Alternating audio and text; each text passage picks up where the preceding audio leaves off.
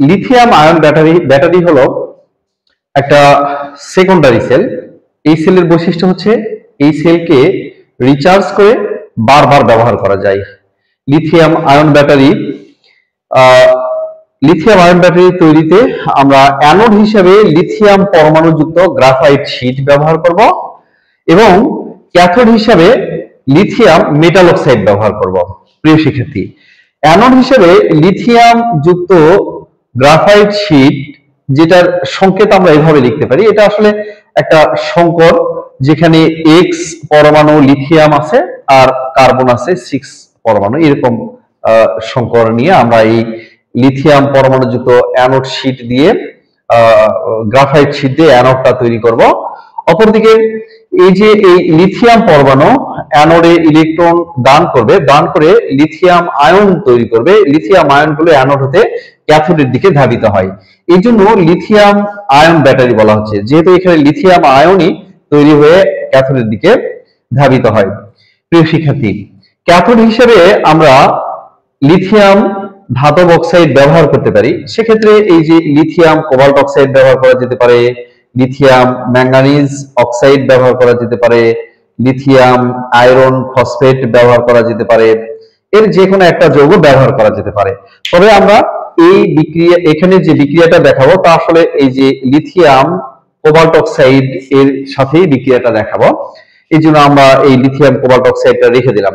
প্রিয় শিক্ষার্থী, এখানে একটা তড়িৎ বিশ্লেষ্য পদার্থ লাগবে। তোমরা তো জানো যে একটা কোষ তৈরি করতে অ্যানোড লাগে, ক্যাথোড লাগে, একটা তড়িৎ বিশ্লেষ্য পদার্থ লাগে। তড়িৎ বিশ্লেষ্য বা ইলেকট্রোলাইট হিসেবে আমরা জৈব দ্রাবক, দ্যাট মিন্স এই যে methyl dimethyl carbonate, ethyl methyl carbonate, এই যে এই জৈব দ্রাবকের মিশ্রণের মধ্যে আবার এই যে লিথিয়াম হেক্সাফ্লোরোফসফেট এই যৌগটা মিশ্রিত করব। মিশ্রিত করে ইলেকট্রোলাইট হিসেবে ব্যবহার করব। আমি আবারও বলছি, এখানে লিথিয়াম আয়ন ব্যাটারিতে অ্যানোড হিসেবে লিথিয়াম পরমাণুযুক্ত গ্রাফাইট শীট ব্যবহার করা হয় এবং ক্যাথোড হিসেবে লিথিয়াম মেটাল অক্সাইড ব্যবহার করা হয়। লিথিয়াম মেটাল অক্সাইড হিসেবে লিথিয়াম কোবাল্ট অক্সাইড ব্যবহার করা যেতে পারে, লিথিয়াম ম্যাঙ্গানিজ অক্সাইড ব্যবহার করা যেতে পারে, লিথিয়াম আয়রন ফসফেট ব্যবহার করা যেতে পারে। প্রিয় শিক্ষার্থী, একটা কোষ তৈরি করতে ইলেকট্রোলাইটস এর প্রয়োজন হয়।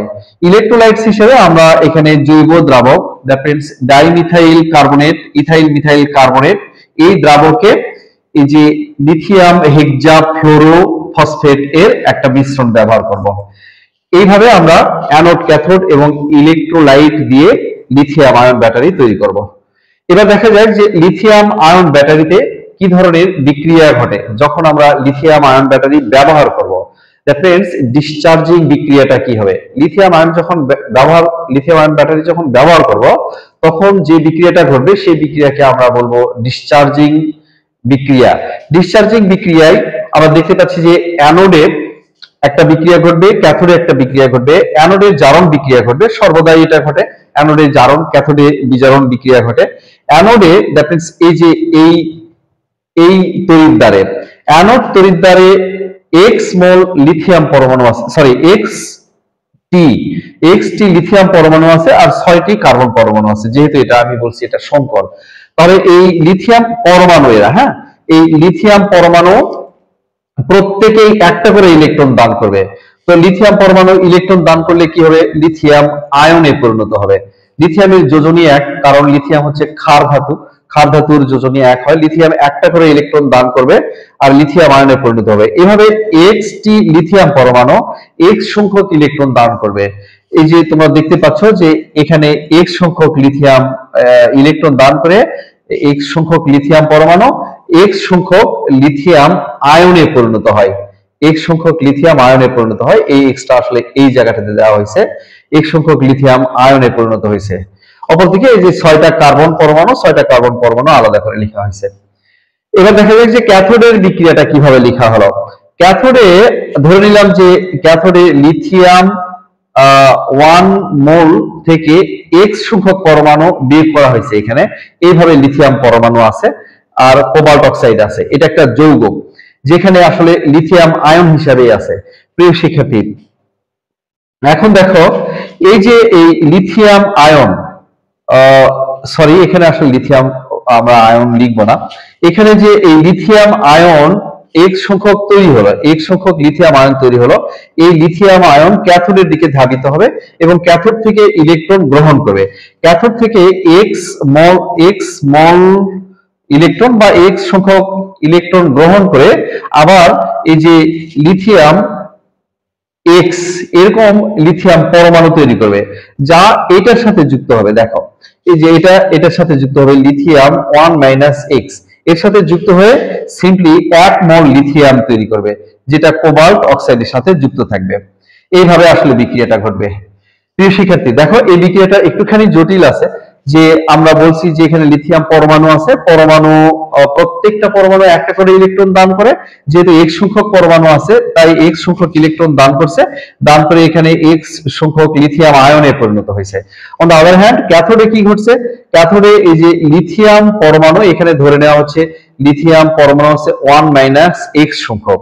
এটার সাথে আবার এই যে এখানে যে লিথিয়াম আয়ন তৈরি হলো সেটা ক্যাথোডে গিয়ে ক্যাথোডের ইলেকট্রন গ্রহণ করলো, ক্যাথোডের ইলেকট্রন গ্রহণ করে এক্স সংখ্যক লিথিয়াম পরমাণু গঠন করলো, যেটা এইটার সাথে যুক্ত হয়েছে। যুক্ত হয়ে এই যে 1 মোল লিথিয়াম পরমাণু তৈরি হয়েছে, যা আসলে কোবাল্ট এবং অক্সিজেনের সাথে যুক্ত থাকে। তো এখানে দেখো যে অ্যানোডের জারণ বিক্রিয়ার যে জারণ বিভব সেটা হচ্ছে E0 = 3.04 ভোল্ট এবং ক্যাথোডের বিজারণ বিভব হলো 0.66 ভোল্ট। এই যে এই দুইটা বিভব, দ্যাট মিন্স অ্যানোডের জারণ বিভব আর ক্যাথোডের বিজারণ বিভব, এই দুই বিভব যোগ করব এবং এই বিক্রিয়াগুলো যোগ করব। যদি বিক্রিয়াগুলো যোগ করা হয় তোমরা দেখতে পাচ্ছ এই পারেও এক্স সংখ্যক লিথিয়াম পরমাণু আছে, এই ডান পাশেও এক্স সংখ্যক লিথিয়াম পরমাণু আছে, এটা মোকাবেলা হয়ে যাবে এবং এই যে এখানে এক্স সংখ্যক ইলেকট্রন আছে, এখানে এক্স সংখ্যক ইলেকট্রন আছে, বাকিগুলো যোগ করে নামাতে হবে।